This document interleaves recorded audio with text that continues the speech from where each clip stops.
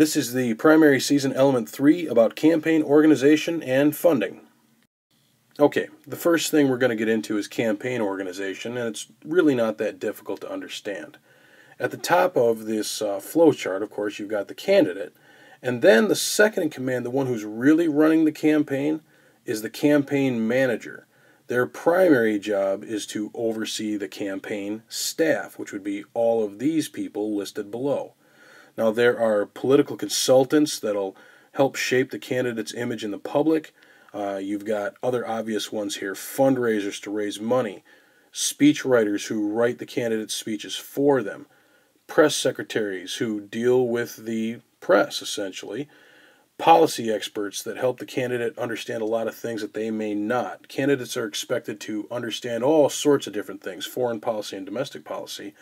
Well, they have experts that concentrate on that and just give them some Cliff's notes on main points to make sure that they sound pretty adequate when they talk about it in public.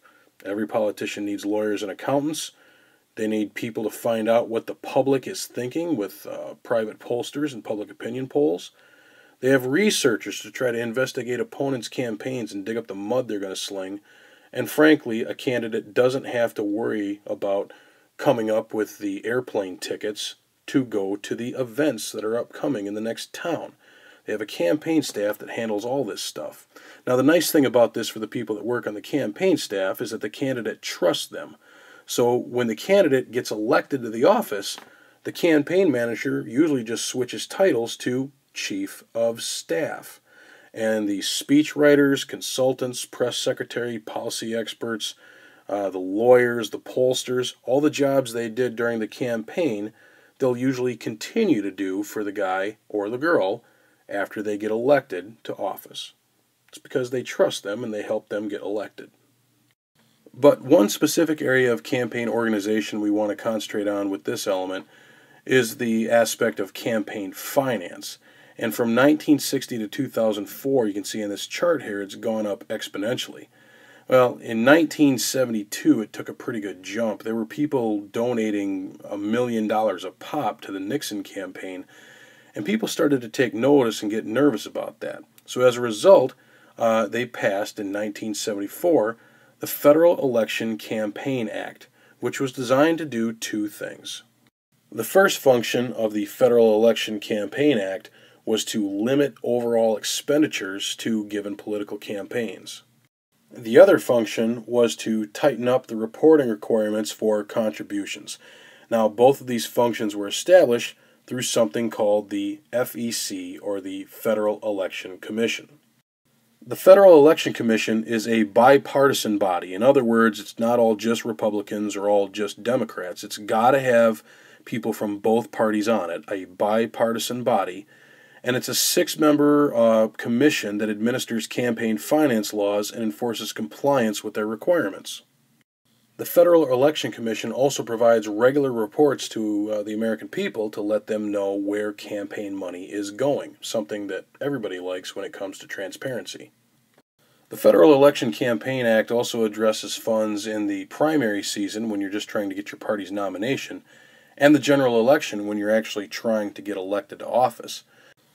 The Act actually creates the Presidential Election Campaign Fund, which puts the FEC in charge of giving out money from this fund to qualified presidential candidates.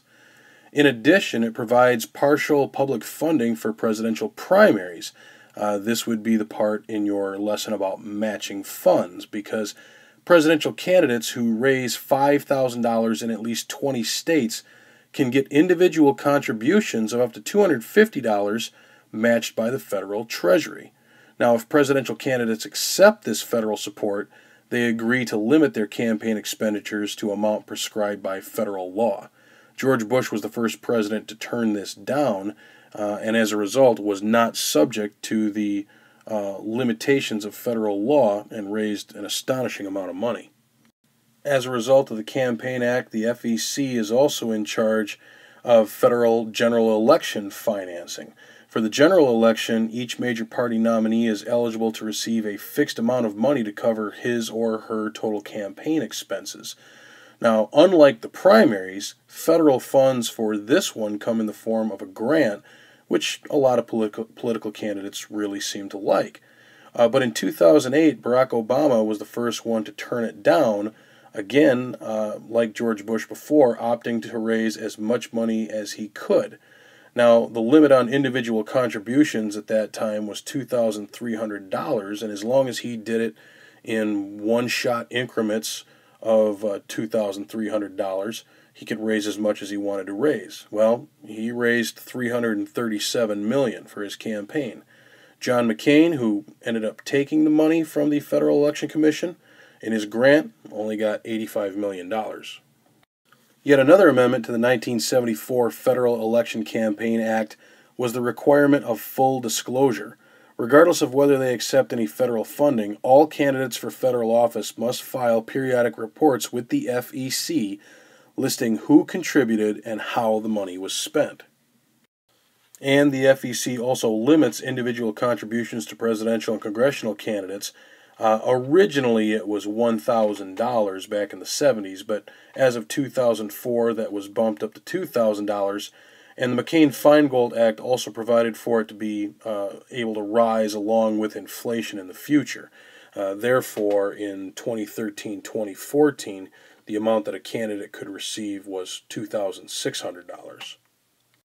But the Federal Election Campaign Act of 1974 has a lot of amendments to it, and one of those amendments in 1979 created a loophole that the Federal Election Commission has not yet closed. The amendment allowed for political contributions that were set aside for party building expenses at the grassroots level, or just generic party advertising or other activities. Generic stuff. Now, this leaves a lot of gray area and allows those groups to kind of do whatever they want to do with the money as long as they're not giving it directly to a candidate. This is what is known as soft money contributions. Now, how does this basically work? Well, to understand soft money, you have to understand hard money first. Hard money is what a candidate reports to the FEC, the stuff that the FEC can regulate and account for and monitor. So when a politician says, "I'm Chris Herman and I approve this message," I'm saying to the FEC, this ad was paid for by my campaign, and it's paid for by the funds that were raised by my campaign, the funds that I have reported to you. That's all legal, and that's all fine, and that's all good. But let's say a big part of my campaign is putting a dome over the Glen Lake High School baseball field. Well, in that particular case, outside groups could help me with that without directly giving me the money. Let's say, for example, that ads start popping up advocating for a dome over the Glen Lake High School baseball field, and it's from a committee called SupportLakerBaseball.com or something like that, or the Committee to Support Laker Baseball. Those are things that are not directly going to my campaign, but if enough of those ads are out there and it's convincing people to get this done, and it's convincing people that I'm the one who will get this done, well, this is money that's helping me get elected without directly going into my campaign, and that's what soft money is. And frankly, you can raise millions of it, and it's unable to be regulated by the FEC. They have no jurisdiction over that. Why not? Because it's not going directly into my campaign, even though it's a ton of money being donated to an outside group that's really there to help me get elected. Now, the McCain-Feingold Act of 2002 banned soft money, and it also prohibited corporations and unions from using their general treasury funds to pay for electioneering communications in the last 60 days of a federal campaign. However, in the U.S. Supreme Court case Citizens United versus Federal Election Commission in 2010, the court ruled that the McCain-Feingold Act was an unconstitutional restriction on free speech. Now, the court upheld the ban on soft money, but the problem is that both corporations and unions could now spend as much as they wanted to promote their political views as long as they did so independently, in other words, without coordinating their message with any candidate's campaign. The problem is, even though you're not overtly coordinating it with a candidate's campaign, it doesn't mean that the candidates aren't going to be listening. And even though the ban on soft money is still in effect, people have found ways around that as well by donating to what are called 527s, or 527 groups named after the section of the federal tax code that deals with this. 527 groups are independent political groups that are not subject to contribution restrictions because they do not directly seek the election of a particular candidate. Now, that means that they're not using phrases like vote for or vote against. Now, the only way to really track this is the fact that contributions to these groups must be reported to the IRS. As you can see here, right on the pie chart, 527 groups have made significant contributions to political campaigns. But in 2010, another type of group came out that people could donate their money to or contribute their money to. They were called 501 groups, and you can see a bunch of them on the right side of this chart right here. 501 groups are exempted from reporting their contributions and can receive unlimited contributions. The reason is that 501c, the section 501c of the tax code specifies that such groups cannot spend more than half of their funds on political activities. But if you take a look at what these 501 groups are doing here, they're spending a lot of money. And if this is half of what they're bringing in, then people are finding ways to get soft money to political campaigns through the 527s and the 501cs. If you look, it's as much money as super PACs are contributing. The whole process has made the McCain-Feingold Act basically useless because nowadays, as hard as it is already to track hard money, it's even harder to track soft money through what these groups are doing. But there are groups out there that are trying. If you go to www.opensecrets.org, it's not hard to find where money is going. They do a pretty good job tracking that down as an interest group, as does www.fundrace.org. They're also taking a look at campaign spending, and those are two leading sites that you could look at and kind of get an idea about where money is going. Now, the FEC hasn't closed the door on soft money, and another problem created by the FEC has been the allowance of political action committees, or PACs as it were. Now, a PAC is any interest group, large or small, that can form its own committee to directly channel contributions of up to $5,000 per candidate in both the primary and the general elections. Now, a PAC is formed when a business association or some other interest group decides it wants to contribute to candidates that it believes will support legislation that it favors. The group registers as a PAC with the FEC and puts money into PAC coffers. The PAC can then collect money from stockholders, members, or other interested parties, and then it donates the money to the candidates openly, often after researching the candidate and seeing if the candidate's record will match what they want to get done with their particular company, if that candidate will inadvertently support what they want to do. But the most important rule prevails with PACs. All expenditures must be meticulously reported to the FEC and accounted for.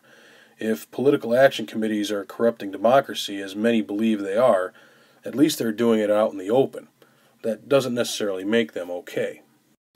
And after the ruling in Citizens United versus FEC and the growth of 527 and 501c groups, what we're now seeing is the growth of what is called the super PAC. Now, a super PAC can raise and spend unlimited money to expressively advocate for or against candidates. The bottom line here is that because of the lack of restrictions on this, super PACs can pretty much raise as much money as they want to raise. And if super PACs exist, what does that mean for democracy here? Are politicians going to be responsible for the people who voted them in, be responsible to their constituencies, or are they going to be responsible to the super PACs who gave them all the money? There's no question that political action committees help out candidates, especially in an age of technology when there's so much more money needed to get things done. But the fact remains that a lot of the money that PACs receive is soft money.